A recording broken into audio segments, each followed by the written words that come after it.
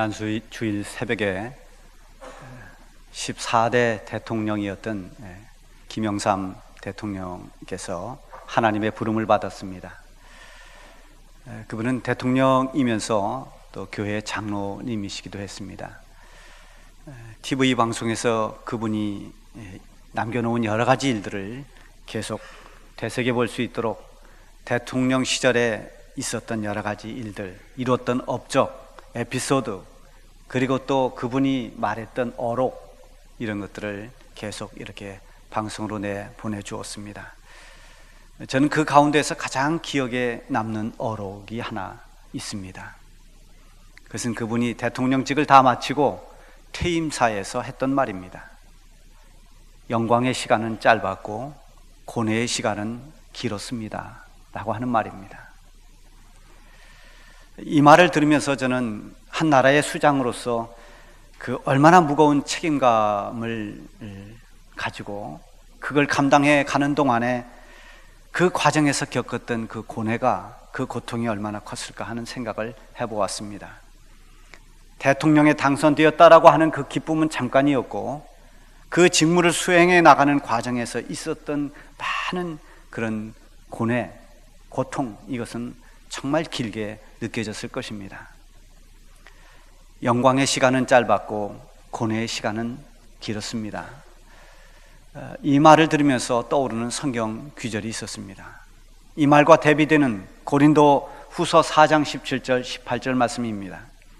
우리가 잠시 받는 환난에 경한 것이 지극히 크고 영원한 영광에 중한 것을 우리에게 이루게 함이니, 우리가 주목하는 것은 보이는 것이 아니요 보이지 않는 것이니, 보이는 것은 잠깐이요 보이지 않는 것은 영원함이라.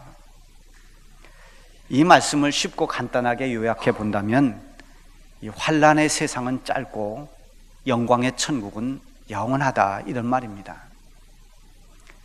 우리가 온전한 믿음을 가지고 이 세상을 살면은 그 삶에 비록 고난과 환난이 많이 있었다 할지라도 그 환난은 짧고 하나님 나라에 가서 누릴 영광은 긴 것입니다. 이 보이는 세상에서의 모든 것은 다 금방 지나갑니다. 우리가 사는 이 세상은 참으로 짧습니다. 야고보서 4장 14절에 보면은 너희 생명이 무엇이냐? 너희는 아침에 보이다 사라지는 안개니라, 이렇게 말씀하고 있습니다. 아침에 잠깐 끼었다가 사라지는 안개와 같이 그렇게 잠깐 있다가 없어지는 것이 우리의 인생이라는 것입니다. 시편 90편 10절에서는 우리의 연수가 70이요 강건하면 80이라도 그 연수는 수고와 슬픔뿐이요 신속히 가니 날아가나이다. 마치 휙 날아가는 것처럼 그렇게 신속하게 지나가는 것이 인생이라고 하는 것입니다. 그래서 지혜로운 믿음의 사람들은 이 짧은 세상을 살면서도 저 영원한 하나님 나라의 비전을 품으며 사는 사람입니다. 그래서 하나님께서 기뻐하시는 믿음의 삶을 하루하루 살아가는 사람, 그 사람이야말로 가장 지혜로운 삶을 살아가는 사람이라고 할 수 있습니다.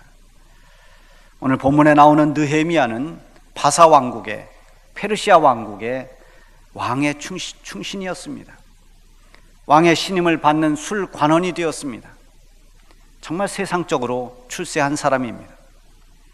거기다가 그는 12년 동안 유다의 총독이 돼서 나라를 바로 세우는데 헌신했던 사람입니다. 세상적으로도 성공한 지도자입니다. 그러나 느헤미야의 위대함은 그런 것에 있지 않았습니다. 만약에 그가 세상에서 출세하고 성공한 것, 그것뿐이라면 그보다 더 출세하고 그보다 더 성공한 사람들도 얼마든지 많습니다. 아마 그것뿐이라면 그냥 역사 속에 묻힌 이름이 되고 말았을 것입니다. 느헤미야의 이름이 성경에 기록되어서 오늘날까지 그렇게 복된 이름으로 우리에게 기억되고 있는 것은 그가 영적으로 어둡고 암울한 때에 하나님께 귀하게 쓰임을 받았고 하나님의 뜻을 이루는 선한 일꾼으로 충성했기 때문입니다. 그는 언제나 하나님을 생각하며 사는 사람이었습니다. 어느 곳에 있든지 자기가 위치가 어떠하든지 어떤 형편이든지 그것과 상관없이 언제나 겸손히 하나님께 기도하면서 하나님과 동행했습니다. 그는 하나님의 일에 관심이 많았습니다. 그런 느헤미야를 하나님께서 축복했습니다. 그가 아닥사스다 왕의 술관원으로 수산궁에 있을 때 어느 날 고국의 소식을 듣게 됩니다. 예루살렘 성벽은 다 허물어지고 성문은 다 불타버렸고 조국의 백성들은 다 고통 속에 살고 있다는 그런 소식을 듣게 됩니다. 이 소식을 들은 느헤미야는 잠을 이룰 수가 없었습니다. 그는 슬피 울면서 금식하며 하나님께 기도로 매달렸습니다. 하나님, 저 무너진 예루살렘 성, 모든 성벽은 허물어지고 성문은 불타고 백성들은 고통 속에 있는데 하나님, 이 일을 어떻게 하면 되겠습니까? 눈물로 하나님께 기도했습니다. 그가 왜 그토록 마음 아파하며 금식 기도를 했겠습니까? 예루살렘 성벽의 훼손은 자신의 삶과 아무런 상관이 없습니다. 영향을 주지 않습니다. 성이 무너진 채로 그대로 있어도 자기는 여전히 안정된 삶을 살 수 있습니다. 성공한 사람으로 자기의 살아갈 삶에는 걱정이 없습니다. 그러나 느헤미야는 하나님을 경외하는 사람이었습니다. 하나님의 일에 민감했고 하나님의 일을 귀하게 여긴 사람입니다. 그 무너진 예루살렘 성벽을 보면서 안타까워서 혀를 차는 사람들도 많았을 것입니다. 그 불타버린 성문을 보는 많은 사람들이 마음의 고통을 겪고 있던 그런 사람들도 얼마든지 있었을 것입니다. 그러나 점점 시간이 가면서 그들은 그 모습에 익숙해졌습니다. 마음이 점점 무뎌졌습니다. 그러면서 그렇게 성문이 불타고 성벽이 허물어진 채 방치되고 있었습니다. 누구 하나 일어나서 그 문제를 해결하려고 하는 사람이 없었습니다. 그때 저 페르시아 왕국의 수산궁에 있던 느헤미야가 이 소식을 듣고 일어선 것입니다. 그는 왕의 허락을 받고 유다 땅에 와서 성벽 재건을 진두지휘했습니다. 정말 많은 어려움이 있었습니다. 방해꾼들의 방해가 여간 큰 것이 아니었습니다. 모함을 받고 또 갖가지 방해를 받으면서 그 위험한 속에서도 그 어려움들을 다 극복해내고 52일 만에 성벽 재건을 완성했습니다. 그 후에도 느헤미야는 총독으로서 나라를 안정시키고 무엇보다도 영적인 개혁을 일으키면서 하나님의 백성으로서의 유다를 세워나가는데 전력했습니다. 그가 이렇게 총독의 직무를 잘 마치고 바사왕국으로 돌아갔다가 얼마 후에 다시 예루살렘으로 다시 돌아옵니다. 6절에 보면 내가 예루살렘에 며칠 후에 왔다고 했지만 이 며칠 후라는 이 말은 며칠 후가 아니라 몇 년 후로 보아야 된다고 성경학자들은 그렇게 주장을 합니다. 레케츠 야임이라고 하는 며칠 후, 그 날 끝에, 날들의 끝에라는 이 뜻은 그 해가 다한 마지막 1년 후에라고 해석하기도 하고 어떤 사람은 10년 후에라고도 말하고 있습니다. 그러나 1년 후든 10년 후든 이 느헤미야가 다시 예루살렘으로 돌아왔습니다. 돌아와서 보니 참으로 기가 막힌 일들이 벌어지고 있었습니다. 백성들은 영적으로 느슨하고 해이해졌습니다. 하나님을 가까이 하지 않았습니다. 그들의 관심은 하나님보다는 세속적인 것에 있었습니다. 그들이 가지고 있는 신앙이라고 하는 것은 다 형식과 껍질뿐이었습니다. 아마도 느헤미야가 이런 소식을 듣고 급히 예루살렘으로 돌아왔을 것입니다. 느헤미야가 성전을 둘러보니 도무지 이해할 수 없는 일이 일어나고 있었습니다. 성전뜰에 도비아를 위해서 큰 방을 만들고 그 방을 도비아가 사용하고 있었습니다. 그 방이 본래 어떤 방인가 5절에 보면 있습니다.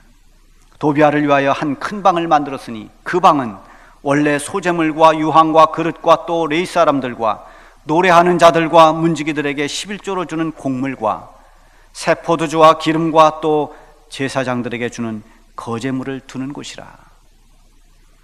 이 성전 뜰 안에 있던 이 방에는 하나님께 예배 드리는 데 사용하는 여러 가지 물건들, 또 레위 사람들에게 주어야 할 그런 하나님께 드린 11조, 또 그리고 제사장들에게 주어야 할 그런 거제물들, 이런 성물을 보관하는 그런 아주 성스러운 것입니다.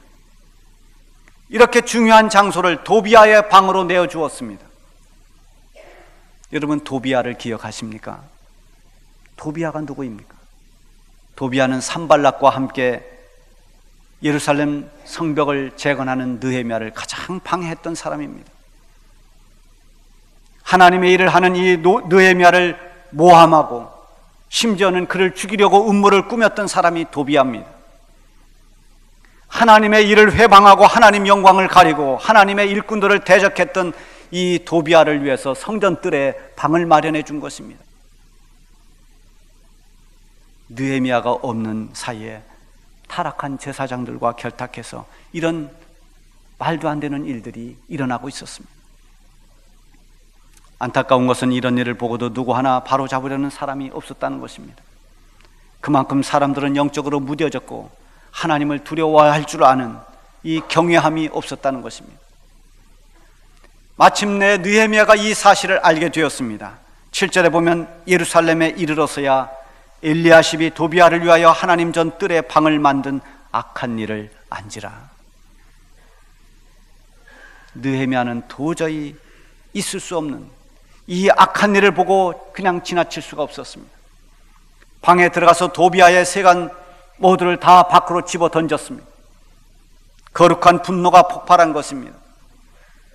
그리고 그 방을 다 깨끗이 한 뒤에 본래 있어야 할 것들을 그 방에 채웠습니다. 마치 성전에서 환전소를 차려놓고 돈을 매매하고 비둘기를 팔던, 그러면서 사람들을 갈취하던 날강도 같은 사람들이 있었던 그 성전, 그들의 상과 의자를 둘러엎었던 예수님의 모습을 느헤미야의 모습에서 볼 수가 있습니다. 하나님의 성전을 더럽혔다고 분노하는 느헤미야는 성전을 귀하게 여기고 사랑했던 사람입니다. 하나님의 성전의 구조물이나 어떤 가구나 그런 것 때문에 이 성전을 귀히 여긴 게 아닙니다.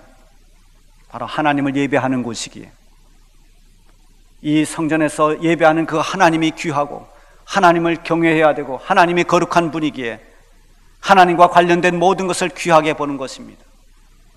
그래서 하나님의 성전을 귀하게 여겼고 하나님께 드리는 헌물을 구별되게 보았고 하나님께 드리는 헌신을 복되게 본 것입니다. 우리에게 이런 믿음이 있어야 됩니다. 하나님을 우리가 진정으로 경외한다면, 그분을 귀히 여기고 사랑한다면 하나님과 관련된 모든 것을 소중히 여길 줄 알아야 됩니다. 느헤미야가 알아보았더니 이 성전뜰의 방을 차지하고 있는 도비아의 문제만이 아니었습니다. 백성들의 11조로 먹고 살아가는 오직 하나님의 일에만 전념해야 하는 레위 사람들이 그 몫을 받지 못했다는 것입니다. 이 말은 백성들이 레위 사람들에게 돌아가야 할 11조를 안 했다는 것입니다. 성전 일을 도맡아서 일을 하는, 그렇게 성전 일만 전념해야 될 레위 지파 사람들이, 백성들이 11조를 하지 않으니 먹고 살 것이 없습니다. 그래서 그들은 다 먹고 살기 위해서 뿔뿔이 다 흩어졌습니다. 그러니 성전 관리가 될 수가 없고 모든 게 다 엉망으로 되어버렸습니다. 10절 말씀에 보면 내가 또 알아본즉 레위 사람들이 받을 몫을 주지 아니하였으므로 그 직무를 행하는 레위 사람들과 노래하는 자들이 각각 자기 밭으로 도망하였기로. 얼마나 안타까운 일입니까? 하나님의 백성들이 하나님을 경외하고 바르게 산다면 이런 일이 있을 수가 없는 것입니다. 그들이 해야 할 11조를 하지 않았고, 그러다 보니 직무를 맡은 레위 사람들은 맡겨진 일을 하지 않았습니다. 이런 악순환이 거듭되다 보니 성전은 그 기능이 마비되어 버렸고, 그리고 성전 안에서 예배할 하나님의 사람들도 그 영성이 마비되어 버렸습니다. 성전이 성전의 역할을 하고 하나님이 기뻐하시는 하나님의 집이요, 하나님의 임재와 성령의 능력이 나타나는 곳이 되어야 합니다. 성전은 그런 곳이어야 합니다. 세상의 어떤 집과도 다른 구별된 하나님의 임재가 있는 곳, 성령의 능력이 나타나는 곳, 그곳이 성전입니다. 그러기 위해서는 그 성전 안에 있는 하나님의 사람들이 하나님 앞에 바로 서야 됩니다. 무엇보다도 각자 맡겨진 일에 최선을 다하고 헌신하고 직무에 충성하는 신실한 하나님의 일꾼들이 있어야 됩니다. 참으로 안타까운 것은 직분과 직무는 맡았으면서도 그 일을 하는 데는 소홀하고 불성실한 것입니다. 어떤 직분을 맡기 위해서는 애를 쓰는데 그 직분을 맡은 후에는 일하기를 싫어하고 일을 귀찮아하고 다른 사람까지도 의욕을 잃게 만드는 이런 일이 성전에서 일어나서는 안 됩니다. 교회의 모든 직분은 명예가 아닙니다. 만약 이것이 명예라면 그 명예의 가치가 얼마나 되겠습니까? 그 명예가 무엇이 그리 엄청납니까? 교회의 모든 직분은 명예가 아닌 하나님의 일꾼이요 하나님 앞에 헌신을 요구하는 그런 직분이기 때문에 소중하고 복된 것입니다. 그래서 교회의 직분이 귀한 것입니다. 레위 사람들이 직무를 감당하지 않으니까 성전은 버려진 성전과 같았습니다. 11절에 보면 내가 모든 민장들을 꾸짖어 이르기를 하나님의 전이 어찌하여 버림바 되었느냐 하고 곧 레위 사람들을 불러 모아 다시 제자리에 세웠더니, 그래도 희망이 있었던 것은 이 느헤미야의 말에 따라서 백성들이 움직였다는 것입니다. 아무리 실수를 하고 아무리 잘못했어도 깨닫고 다시 바로 서려고 하고 다시 회복하려고 애쓰면 그때부터 하나님의 은혜가 임하고 하나님의 도우심의 손길이 함께하며 새로운 역사가 일어나게 되는 것입니다. 느헤미야가 흩어졌던 레위인들을 다 불러 모아서 있어야 할 자리에 있게 했습니다. 그들이 있어야 할 자리는 그들이 도망갔던 저 들판이 아니라 성전이었습니다. 우리 모두가 하나님 앞에서 내가 있어야 할 자리가 어딘가를 항상 돌아보아야 됩니다. 내게 맡겨진 자리에 내가 바로 서 있는지를 살펴보아야 됩니다. 뿐만 아니라 느헤미야는 중단되고 잃어버렸던 백성들의 사명을 다시 회복시켰습니다. 하나님 백성이라면 마땅히 해야 할 11조를 다 하도록 했습니다. 12절에 보면은 이에 온 유다가 곡식과 새 포도주와 기름의 11조를 가져다가 곡간에 들이므로 하나님의 백성 모두가 다시 자기 역할을 하기 시작했습니다.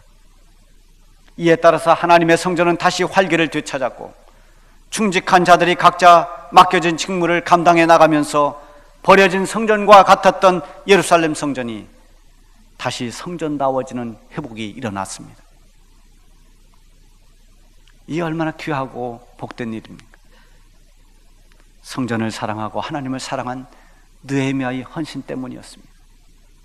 느헤미야는 이 모든 일을 다 이루고 난 뒤에 하나님 앞에 기도를 올렸습니다. 내 하나님이여, 이 일로 말미암아 나를 기억하옵소서. 내 하나님의 전과 그 모든 직무를 위하여 내가 행한 선한 일을 도말하지 마옵소서. 내 하나님이여, 이 일로 말미암아 나를 기억하옵소서. 얼마나 멋진 기도입니까? 얼마나 용기 있는 기도입니까? 우리 모두가 해야 할 얼마나 부러운 기도입니까? 느헤미야는 하나님께 좋은 기억으로 기억되는 그런 사람이 되기를 원했습니다.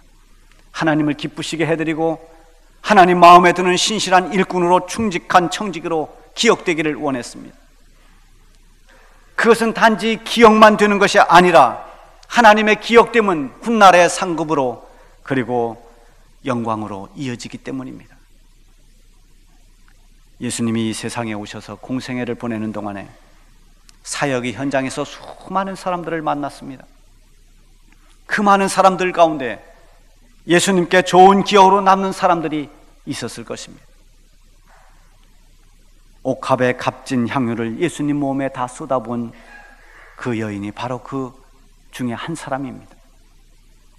향유의 값을 따지면서 책망하던 가룟 유다와는 달리 우리 주님은 이 여인을 칭찬하면서 이렇게 말씀하셨습니다.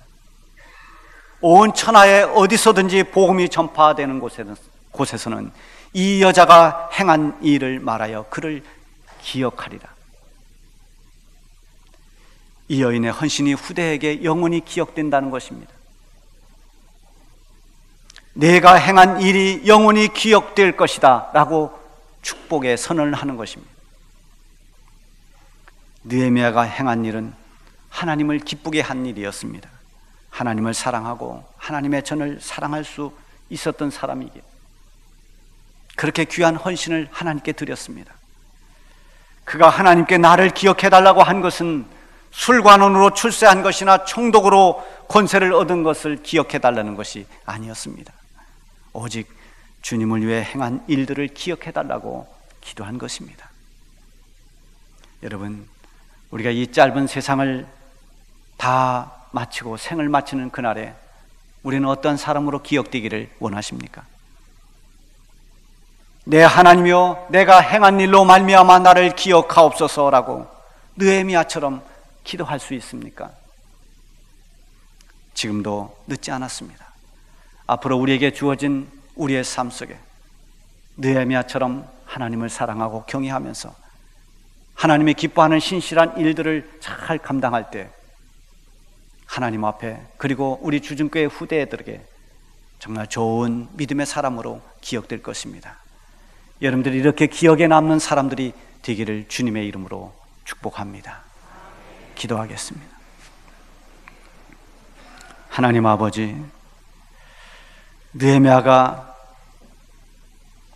예루살렘 성벽이 헐어지고 성문이 불탄 그런 것을 보며 가슴 아파 그 성벽을 다시 재건하고, 또 성전 뜰 안에 도비아의 방을 만들어 놓고 11조를 하여 레위 지파를 먹여 살려야 할 사람들이 자기 직무를 하지 않았고, 레위 사람들도 다 뿔뿔이 흩어져 성전이 성전의 역할을 하지 못할 그때 느헤미야가 그 모든 일을 바로 세우고 하나님 기뻐하는 일을 다 감당한 후에 하나님, 이로 말미암아 나를 기억해 달라고 기도했던 이 느헤미야의 기도를 이 시간 다시 한번 되새길 수 있게 하심을 감사합니다. 우리는 하나님 앞에 어떤 사람으로 기억될까를 다시 한번 생각할 수 있게 하여 주옵소서. 내가 이 믿음의 길을 다 마치고 난 뒤에 어떤 믿음의 사람으로 기억될 것인지를 생각하며 앞으로 우리에게 주어진 믿음의 날들을 신실하고 충직한 하나님의 사람들로서 살아갈 수 있도록 인도하여 주시옵소서. 예수님 이름으로 기도하옵나이다. 아멘.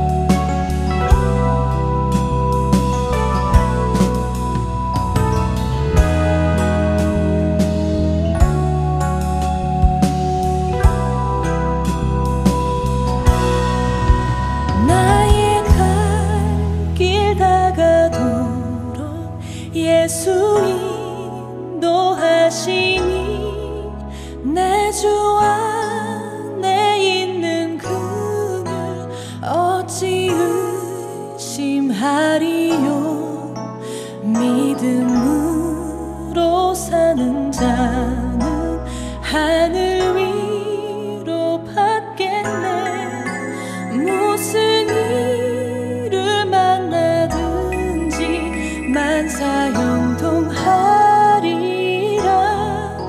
무슨 일을 만나든지 만사형통하리라.